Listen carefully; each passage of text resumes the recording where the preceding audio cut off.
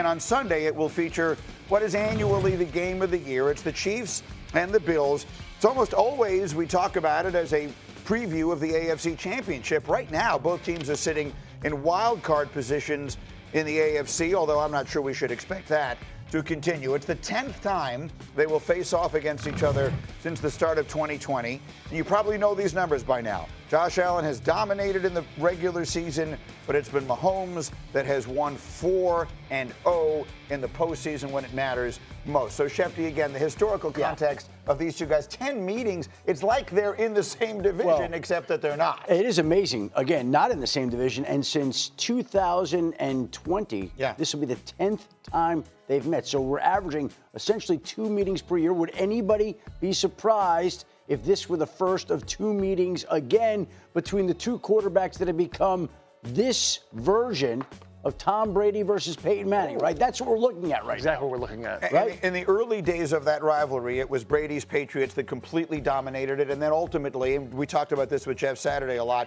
yesterday, the Colts were able to turn the tables and finally get it on their side. And if the Bills are going to do that, what does Josh Allen need to do? Play better and really in many ways challenge his defensive line from Kansas City to beat him.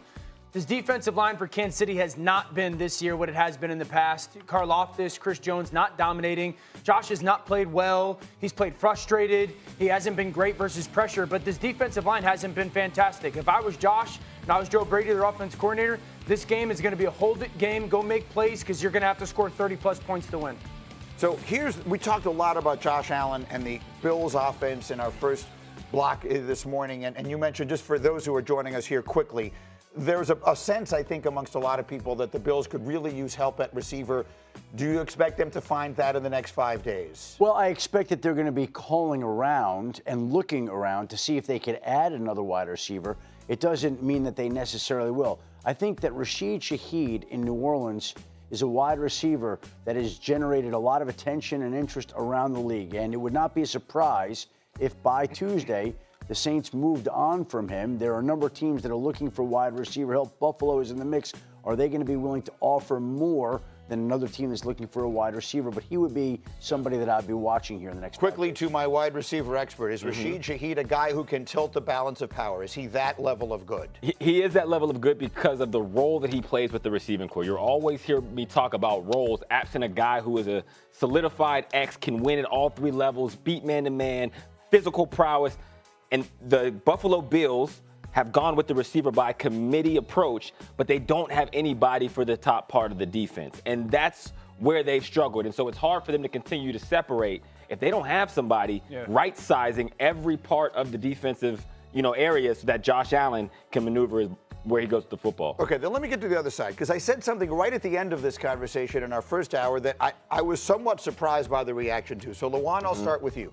I mean, injuries are always the great equalizer. And so if there was some way of eliminating that threat, I've always been one who said you never take a team against the field, because you always take the field because injuries are always something in the NFL that will change everything. If you could tell me right now that the important people on the Chiefs are going to be healthy when the playoffs start, I would take the Chiefs against the field in the AFC without blinking. Would you? Yeah, I probably would. It's like going to a video game and you just turn off injuries for a little bit. If that was a possibility, then I would take the Chiefs, because the argument's going to be the Colts. And I just think when you get to the playoff situation, you're going to look at the team who's been there the most often and has had the most success there, and that is the Kansas City Chiefs. Their offense, in every part of their offense is very successful right now. Patrick Mahomes is better than anybody else at extending plays. Rashid Rice being back has opened up a whole new level for them. I think they are the team to beat, given injuries don't happen. Yeah, I agree. Kansas City's the team to beat in the AFC, but I don't think this is a runaway. I just talked the last hour how good Indy is, how difficult they match up against, and also schematically they would present challenges to Kansas City. Who's the one defensive coordinator that in the playoffs has kind of bested Patrick Mahomes and Andy Reid? Scheme-wise. Lou Anarumo. Lou Anarumo when he was in Cincy. He's now the defensive coordinator in Indy. That matters. Denver has the people to go against Kansas City's offense. They got the people to rush the passer. They got the people to play in coverage. So, and don't sleep on Baltimore. I know it sounds outrageous, but if they get healthy, this offense was I'm not sleeping on Baltimore. Great last year. Hey, the Chargers already beat the Chiefs early in the year. If they can get healthy and get their parts back, that would be a difference. And the New England Patriots are somebody that we'll see already is touted as the #1 seed in the AFC. I'm with you, Greeny. when I look at the stable of horses they have now with Rashee Rice as the solidified #1 guy, and how, again, it takes the pressure off of Kelsey. They have receivers for every element of their receiving core, like we talked about. It takes the pressure off the run game. The question you have is, on the big stage, can this quarterback perform? Yeah. That's my question around the Colts. That's my question around Denver. We don't have that question with the Chiefs. I would be surprised if the AFC Championship game is not Kansas City-Indy. I would be surprised if those two teams aren't in that title game. You would be surprised. You would not be surprised. I would be surprised if it's not them. Okay, Also, the internet's going to eat up a ref going for the Chiefs. That could. Well, that's. I mean, I see the segments. I know the segments we're doing. I like that play a lot. Okay, we are back on Get Up, and all morning long, Taylor Lewan is giving us different looks for this Halloween. And this, now you are representing one of my favorite movies. This is one of your favorite movies. I love Dodgeball. I don't only love Dodgeball. I love Vince Vaughn, Peter LaFleur, his character in this movie. Our director, Cindy Morello, is terrified you're going to throw the wrench Have you ever met break Ben Stiller? something. Dude. You doing the thing.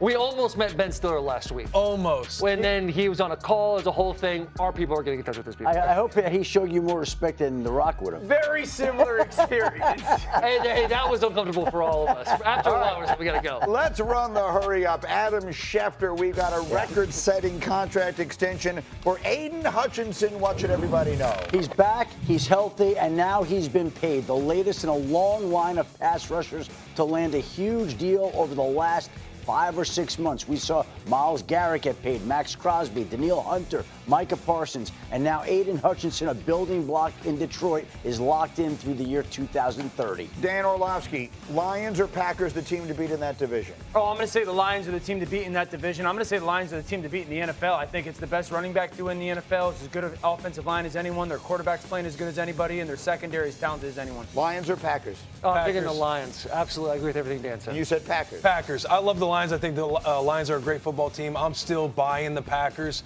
And also, it's like, don't sleep on the Rams, don't sleep on Seattle. I do think the NFC champion will be out of the West or the North. Fair enough.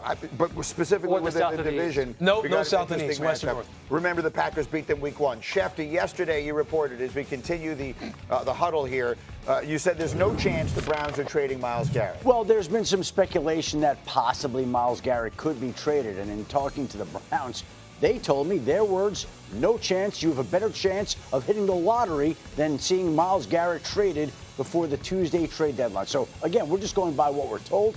No chance Myles Garrett gets traded by Tuesday. And I think that's fine, and that's fair. And you don't trade an asset of this magnitude, on the clock the way they are right now. But I have said it at the time, and I will continue to say it, Dan Orlovsky. The Cleveland Browns should have turned Myles Garrett into Herschel Walker last offseason. When he wanted out of there so desperately, that was a win-win. It would have been better for him to get traded. It would have been better for them to trade him. And this past week was the perfect illustration of that. He had 5 sacks, and they got blown out. Yeah, I totally agree with you. Back then, it was the trade Myles Garrett concept, and I thought that was a want by him, and I thought it was a need by their organization. I don't think they're going to trade him. I don't think they can trade him. The only thing that matters really for the rest of this season, and really for almost a calendar year, if and when Shedeur gets on the field, does he do anything to give you hope for the future? And if not, who's going to be the starting quarterback next year? Because right now he's not on the roster. All right, let me jump to the last one here so that we can have plenty of time to get the guys in on it. Joe Flacco, Bengals, what are we seeing in Flacco right now? Shoulder injury, did not practice at all yesterday. The Bengals say it's 50-50 whether he'll be able to play on Sunday against the Chicago Bears as they try to keep their season afloat after a crushing loss to the New York Jets. If he can't play, then they go back to Jake Browning. And everybody saw what that was like in the time that Joe Burrow went down. Browning replaced him. They're waiting to see where the Flacco can go right now. I don't like the fact that he didn't practice yesterday. No, and that was the worst loss I think any team had this entire NFL season, as much as I enjoyed seeing the Jets get off the schneid. So you got Flacco on one side, then the Caleb Williams piece. For those who've just joined us here in the last hour or so, you made a statement about Caleb Williams earlier this morning. What was it? That was Taylor. But you can make it now because I'm looking at you. You got to be the guy.